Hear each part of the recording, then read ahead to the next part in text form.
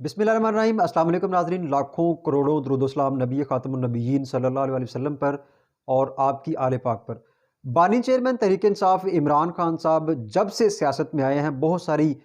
تبدیلیاں جو ہیں وہ رونما ہوئی ہیں اور انہوں نے پاکستان کی سیاست کو بالکل بدل کر رکھ دیا ہے۔ اس کے ساتھ ساتھ معاشرے کے اندر بھی کافی ساری تبدیلیاں رونما ہوئی ہیں۔ عمران خان صاحب کی شخصیت نے معاشرے میں کچھ نیگیٹو پہلوؤں کو بھی اجاگر کیا، سیاست کے اندر ایک شدت آ گئی اور اس طریقے سے شدت پسندی، سیاسی شدت پسندی میں بھی جو ہے وہ اضافہ ہوا۔ لیکن اس کے ساتھ ساتھ عمران خان صاحب نے عوام کو جو سیاسی شعور دیا ہے اس کی بھی مثال نہیں ملتی۔ عوام کو انہوں نے اس طرح کا سیاسی شعور دے دیا ہے کہ اب عوام کو جو ہے وہ فارم 45، 46، 47 کا بھی جو ہے پتہ چل چکا ہے، اور اس کے ساتھ ساتھ کرپشن جہاں جہاں اور کون کون کس کس طرح کرتا ہے اس کا بھی عوام کو پتہ چل چکا ہے۔ اور توشہ خانہ کیس میں سے جو ہے وہ کیسے گھڑیاں بیچی جاتی ہیں اور کیسے خریدی جاتی ہیں، اور باہر سے جو تحفے تحائف آتے ہیں وہ کہاں سے آتے ہیں، آج سے پہلے کسی کو جو ہے اس بات کا علم نہیں ہوتا تھا۔ لیکن جیسے عمران خان صاحب نے سیاست میں انٹری کی ہے تو کافی ساری ایسی ٹرمز ہیں کہ جو عام عوام کو بھی جو ہے وہ سمجھ آ چکی ہیں۔ تو اسی طرح عمران خان صاحب نے اس میدان میں جو ہے وہ کمال کر دکھایا ہے، اور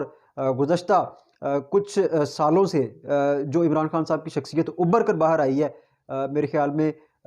بالکل ناقابل فراموش خدمات انہوں نے انجام دی ہیں۔ تو ہر طرف جو ہے وہ ایک واقعتاً ایک تبدیلی آ چکی ہے۔ تو پہلی خبر یہ ہے کہ الیکشن کمیشن نے فارم 45، 46، 47 اور 48 کو اپنی آفیشیل ویب سائٹ پہ جو ہے وہ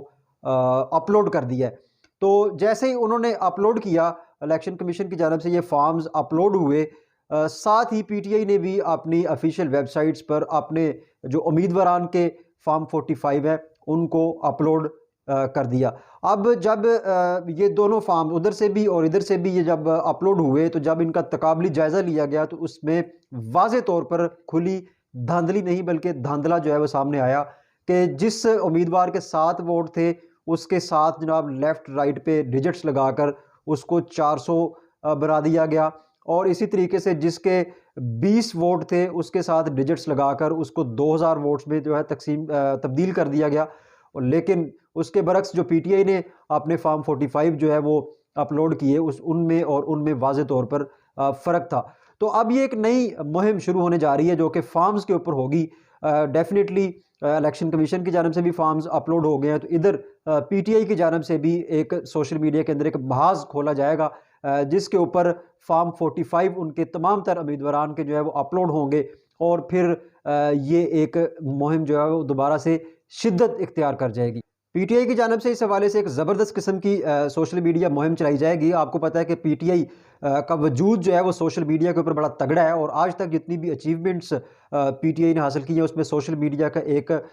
بڑا اہم کردار ہے۔ بلکہ میں یہ سمجھتا ہوں کہ پی ٹی آئی کو یہاں تک پہنچانے میں میڈیا کا سب سے مؤثر کردار رہا ہے، اور پی ٹی آئی کی جو سوشل میڈیا ٹیم ہے وہ اس قدر ایکٹیو ہے کہ تمام تر یہ جو صورتحال ابھی چل رہی ہے اس کا سارا کریڈٹ پی ٹی آئی کی میڈیا ٹیم کو جاتا ہے۔ تو اب یہ ایک نئی مہم شروع ہو جائے گی، اس سے پھر الیکشن کمیشن جو ہے وہ مزید تند و تشنیع اور تضحیق کا نشانہ بنے گا، اور الیکشن کمیشن کے تمام تر کارنامے ایک دفعہ پھر عیاں ہوں گے، سوشل میڈیا کے اوپر ان کو ڈسکس کیا جائے گا، اور خاص طور پر الیکشن کمیشن کے جو سربراہ ہیں، میں نے گزشتہ ولاگ میں بھی بتایا تھا کہ ان کو اچھے لفظوں میں یاد نہیں رکھا جائے گا، کیونکہ یہاں بالکل صاف اور واضح طور پر جو دھاندلی ہے وہ نظر آ رہی ہے۔ دوسری جانب پاک فوج کے کور کمانڈر جو کانفرنس ہوئی ہے اس میں بڑے سخت قسم کے فیصلے کیے گئے ہیں۔ پہلے تو یوں محسوس ہو رہا تھا کہ جیسے 9 مئی کے جو ملزمان ہیں ان کو معاف کر دیا گیا ہے اور ابھی معاملات جو ہے وہ ٹھنڈے ہو جائیں گے، اور عمران خان صاحب اور ان کے جو دیگر رفقا 9 مئی کے کیس میں ملوث ہے ان کو بھی معاف کر دیا جائے گا، چونکہ 31 جو ممبرز تھے نیشنل اسمبلی کے وہ نیشنل اسمبلی میں داخل ہو گئے تھے، اور ان 30 کے 31 جو ہے وہ 9 مئی کے مقدمات میں ملوث تھے۔ تو جب وہ باقاعدہ طور پر قومی اسمبلی کا حصہ بنے تو اس وقت ذرائع یہ کہہ رہے تھے کہ اگر یہ قومی اسمبلی میں داخل ہو سکتے ہیں، ڈیفینیٹلی یہ بھی بہت بڑے دہشت گرد تھے، ریاست نے ان کو دہشت گرد ڈکلیئر کیا ہوا تھا، اور یہ باقاعدہ طور پر 9 مئی کے مرکزی اس میں ملزمان بھی شامل تھے، جس میں شیخ افضل مروت صاحب تھے، علی امین گنڈا پور صاحب تھے، اسلم اقبال صاحب تھے، اس طریقے سے دوسرے لوگ جو ہے وہ مرکزی ملزم تھے، لیکن ان کو قومی اسمبلی میں جانے کی اجازت مل گئی۔ تو اس سے محسوس ہو رہا تھا کہ جیسے ریاست نے ان سارے عناصر کو معاف کر دیا ہے، اور